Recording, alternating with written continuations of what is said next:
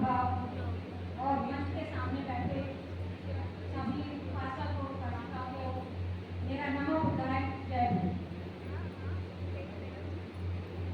जैसा कि आप सभी हम जानते हैं आज बुद्ध पूर्णिमा और बुद्ध पूर्णिमा क्यों मनाते हैं ये भी हम अभी काफी विस्तार से लोग सुन चुके हैं। मैं अभी बात करने से पहले एक तथागत गौतम मानना चाहूंगी अगर मुझे अनुमति हो तो। है भगवान बुद्ध की जय। भगवान बुद्ध की करना और भगवान बुद्ध का रास्ता दिखाने वाले बाबा साहब भीमराव अम्बेडकर, महिलाओं के मुक्तिदाता बाबा साहब भीमराव अम्बेडकर, सिंबल और नॉलेज बाबा साहब भीमराव अम्बेडकर की अगर हम एक जगह लगाएं तो मुझे लगता है कि आज का दिन हमारा सफल हो जाएगा।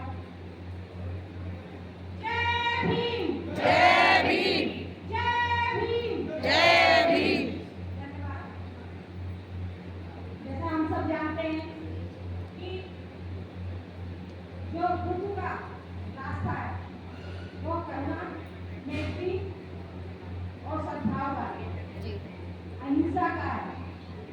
और ये रास्ता भगवान बुद्ध ने बड़ी कठिनाइयों के बाद, बहुत बड़ी तपस्या करने के बाद उनको ये प्राप्त हुआ था। और अगर हम प्राचीन पीछे इतिहास में जाकर देखते हैं तो हम देखते हैं कि बुद्ध के समय में महिलाओं को बराबर का दर्जा दिया जाता था। उस टाइम पर महिला वहां पर मात्र 57 परिवार होते थे, लेकिन वो जो समय था वो गोल्डन समय था। उसके बाद जब हमारे देश में आर्य ब्राह्मणों का आगमन होता है और वो बुद्ध संस्कृति को खत्म करने का शुरुआत करते हैं हमारे देश में आकर के। वो जानते थे कि यहाँ के जो लोग हैं वो बहुत सीधे साधे और सच्चे लोग हैं और जब वो आक्रमण करते हैं, यहाँ पर कब्जा करने का कोशिश करते हैं, वो देखते हैं कि यहाँ पर आप किस तरह से अपने आप को स्थापित कर सकते हैं।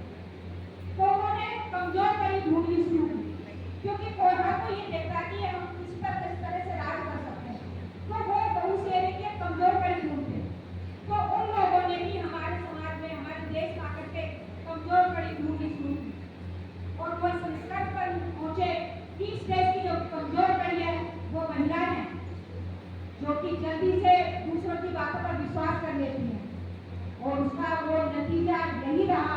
उन्होंने धीरे धीरे यहाँ पर मनवाद फैलाना शुरू किया और उन्होंने अपनी संस्कृति, डर, भय हमारे महिलाओं के दिमाग में भरना शुरू किया और उन्होंने इस तरह से धीरे धीरे हमारे समाज पर, हमारी संस्कृति पर कब्जा किया। और उसका एक फायदा उठाते हुए उन्होंने हमारे देश में जो विश्व की सबसे बड़ी यूनिवर्सिटी थी, नालंदा यूनिवर्सिटी, उसको तहस नहस किया, उसको बर्बाद किया। और अगर हम आगे देखते हैं कि महाराष्ट्र में आप देखते हैं कि अजंता एलोरा की जो गुफाएं हैं उन सबको बर्बाद किया। हम खुद देख करके वहां पर उनको आग लगा करके उन्होंने उसको बिल्कुल तहस नहस किया।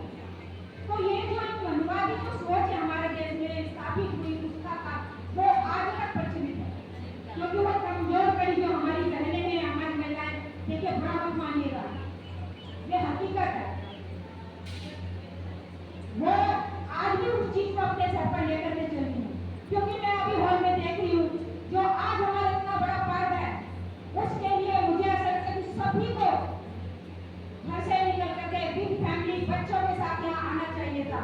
लेकिन कहीं यहाँ मैं देखती हूँ कि महिलाओं की संख्या आज फिर भी ठीक है, लेकिन एक होल खतरनाक द्वारा होना चाहिए था। हम हम साल में लगभग 2 त्योहार सबसे बड़े मनाते हैं, एक बाबा साहब की जयंती 14 अप्रैल और एक भगवान बुद्ध जयंती इसी में लोग नहीं आ रहे हैं। इन्हीं पर अगर हम अपने समाज के, अपने बच्चों को रास्ता दिखाने के लिए घर से नहीं लाएंगे तो कैसे काम चलेगा। जो आज हमारे साथी जो काम कर रहे हैं वो एक ना एक दिन इस दुनिया से जाएंगे, लेकिन अगर हम अगली पीढ़ी को तैयार नहीं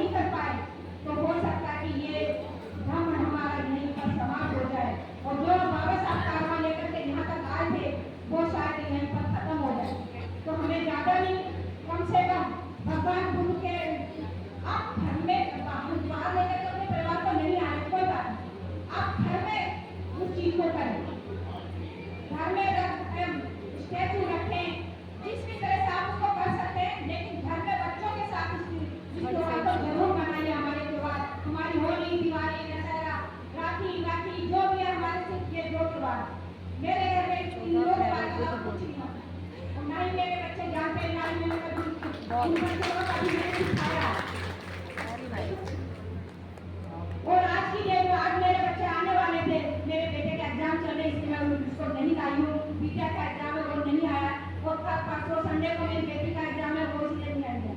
और गुलाब सिंह जी भी 100% आते, लेकिन वो आउट ऑफ स्टेशन दिल्ली से बात उत्तराखंड में है, और वहाँ पर वो सिर्फ यही काम कर रहे हैं, धर्म का प्रचार और बाबा साहब की विचारधाराओं का प्रचार। वहाँ पर ढेर सारी किताबें लेकर के गए और उन्होंने गाँव गाँव में जाकर के एक सभा बुलाई और बहुत सारी उन्होंने वहाँ पर किताबें दी हैं, लिटरेचर दिया है। हम लिटरेचर अगर इस तरह से दान करते हैं, आप छोटी छोटी किताबें दें, भगवान बुद्ध की छोटी छोटी किताबें आती हैं 10-20 रुपए की, हम इतना खर्चा और चीजों पे करते हैं, तो हम अपने समाज को जागृत करने के लिए इतना खर्चा क्यों नहीं कर सकते? हम बाकी त्योहारों के नाम पर भी तो बहुत सारा खर्चा करते हैं ना, अपनी मेहनत का पैसा वहाँ उड़ाते हैं ना, तो क्यों ना हम अपने समाज को जागृत करने के लिए पैसे का खर्च करें? वो पैसा हमें मिला कैसे? हमारे महापुरुषों के बलिदान की वजह से मिला। तो मैं भगवान बुद्ध की यहाँ पर उन्होंने जो 4 बातें उन्होंने बोली थी कि संसार में दुख है, दुख का कारण है और उसका निवारण है। तो और एक चीज भगवान बुद्ध ने बोली थी, आपका दीपो भव। उन्होंने ये बात क्यों बोली? क्योंकि हम क्या है, दूसरों पे आश्रित हो जाते हैं, अरे हमें ये परेशानी है, फलाना कर देगा, ढिमकाना कर देगा, या उसको बोलेंगे वो कर देगा। लेकिन बुद्धा ने कहा अपना दीपक स्वयं बनो, अपनी जो परेशानी है उसको निवारण के लिए खुद कदम उठाओ, खुद मेहनत करो, तभी तुम उससे छुटकारा पा सकोगे। तो मैं ज्यादा न बोलते हुए अपनी बात में यही समाप्त करूंगी।